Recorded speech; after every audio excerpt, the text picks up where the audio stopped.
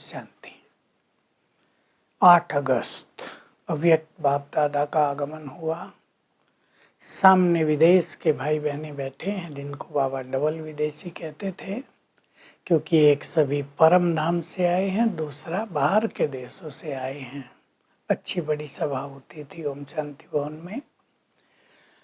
उन्हें देखकर बाबा कह रहे हैं कि भाग्य विधाता बाप अपने भाग्यवान बच्चों को देख रहे हैं। सभी श्रेष्ठ भाग्य को प्राप्त किए हुए बच्चे हैं। मन में बहुत दृढ़ता है। सभी की रूह रिहान बाबा ने सुनी, क्योंकि जिस दिन बाबा आते थे तो सवेरे से ही अनेक बच्चे बाबा से बातें करते रहते थे। तो बाबा कह रहे हैं सबकी संकल्पों की भाषा सुनी। किसी की कुछ भी भाषा हो, लेकिन संकल्पों की भाषा सबकी एक ही है। वो बाप के पास पहुंच गई। बाप के पास तो सब कुछ स्पष्ट होता है, क्योंकि संकल्प की गति बोल की गति से बहुत तीव्र है।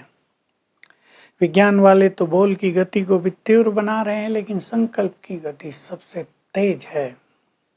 लेकिन बाप दादा के रेस्पॉन्ड को तुम तब कैच कर सकोगे जब बुद्धि बहुत स्वच्छ होगी, रिफाइन होगी, बहुत पवित्र होगी, एकाग्र होगी। सभी ने बाप समान बनने के, आगे बढ़ने के उमंग उत्साह के बहुत सारे संकल्प किए। जहाँ दृढ़ता है वहाँ सफलता अवश्य है, और ये भाग्यवान आत्मा की निशानी है कि उसे कदम कदम पर सफलता मिलती है।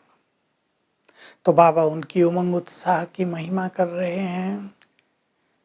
ब्रह्मा के संकल्प की रचना है सब, ये बात सभी को जानना चाहिए। जब ब्रह्मा बाबा साकार में थे तो शिव बाबा ने उनके द्वारा अनेक ब्राह्मणों को एडॉप्ट किया, शूद्र से ब्राह्मण बनाया।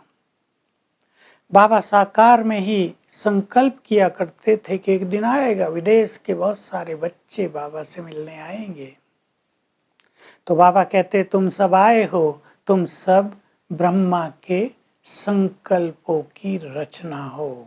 इसलिए अब बाबा अप्रिशिएट कर रहे सभी को अपने संकल्पों को शुद्ध करने का विशेष अटेंशन रहता है, क्योंकि विदेशों में वहाँ माया बहुत है।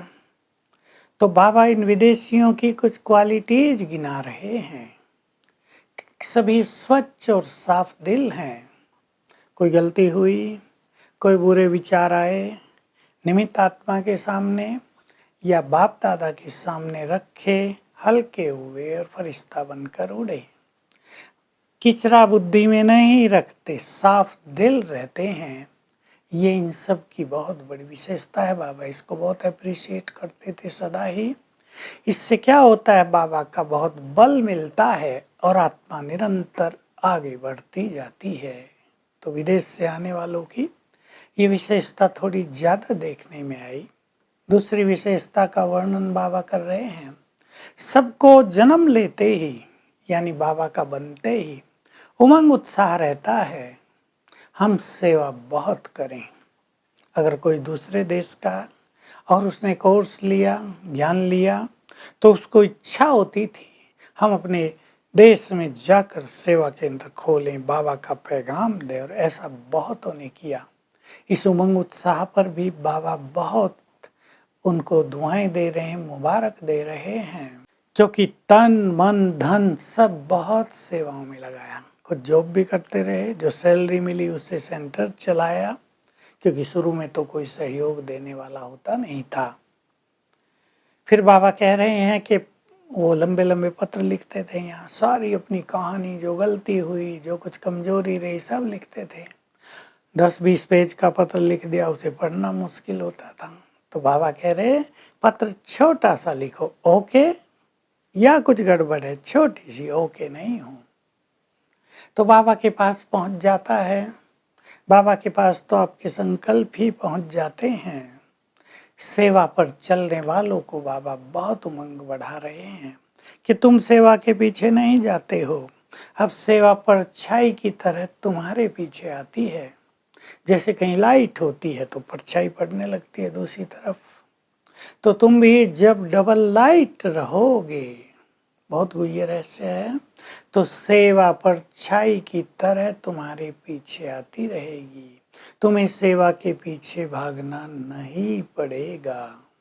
सेवा को बढ़ाने का ये सबसे सुंदर साधन बाबा ने बता दिया, बी डबल लाइट। तुम्हारे पास अथाह खजाने हैं। सेवा के संबंध में दूसरी बात कह रहे हैं, ज्ञान का खजाना है, शक्तियों का खजाना है, पवित्रता का खजाना है, खुशी का खजाना है, प्यार का खजाना है। सेवा भी, किसी को स्नेह स्वरूप होने के कारण मिल जाती है। कोई बहुत स्नेही होते हैं, बड़े स्वीट बोलते हैं, अच्छा व्यवहार करते हैं, उन्हें भी सेवा मिल जाती है। किसी को किसी योग्यता के कारण सेवा में आगे बढ़ने का अवसर मिल जाता है, तो किसी को वरदान के कारण सेवाएं मिल जाती हैं। तो सेवा का बाबा स्वरूप बता रहे हैं, तुम्हारे भंडारे सदा भरपूर रहें, देने का अखुट भंडार सदा अखंड दान के रूप में चलता रहे, कोई भी तुम्हारे द्वार से खाली न जाए। किसी को शांति मिले, किसी को सुख मिले, किसी को शक्तियाँ मिले, किसी को ज्ञान मिले। इसको बाबा सेवाओं का बहुत सुंदर स्वरूप दिखा रहे हैं और याद दिला रहे हैं, बच्चे सदा याद रखो, बाबा मेरे साथ है, हर कर्म में वो मेरे साथ है। बाबा के सामने अपने मन दर्पण को स्पष्ट रखो, तो उनकी इन विशेषताओं से हम भी सीख लें। अपने संकल्पों को शुद्ध करने का एक दृढ़ता हमारे अंदर भी होनी चाहिए। और कोई अशुद्धि आ जाए तो उसे और नहीं तो बाबा को सुना दो, लिख कर दे दो, अपने मन को हल्का कर लो, तो निरंतर आगे बढ़ते चलेंगे। और सेवाओं में देखिए, विदेशियों ने विदेशों की सेवाओं को बहुत आगे बढ़ाया था, तन मन धन लगाया, खुद भी कम पैसे से अपना कार्य चलाया। हम भी ये सीखते हैं कि बाबा के कार्यों में हम निरंतर सहयोग करते रहें। वरदान है, मनन शक्ति के द्वारा हर पॉइंट का अनुभव करने वाले, शक्तिशाली, माया प्रूफ और विघ्न प्रूफ भव। तो जैसे भोजन हम खाते हैं, उसकी शक्ति को प्राप्त करने के लिए हमारी पाचन शक्ति बहुत अच्छी होनी चाहिए, वैसे ईश्वरीय ज्ञान को अपना अनुभव बनाने के लिए मनन शक्ति की बहुत आवश्यकता है। हर पॉइंट का मनन करके उसका अनुभव करते रहेंगे तो सदा पावरफुल भी रहेंगे, माया आएगी नहीं, क्योंकि ज्ञान का बल हमारे साथ रहेगा और विघ्नों को भी हम ज्ञान के बल से सहज ही पार कर सकेंगे। स्लोगन है, खुशी का खजाना सदा साथ रहे, तो बाकी सब खजाने स्वतः ही आ जाएंगे।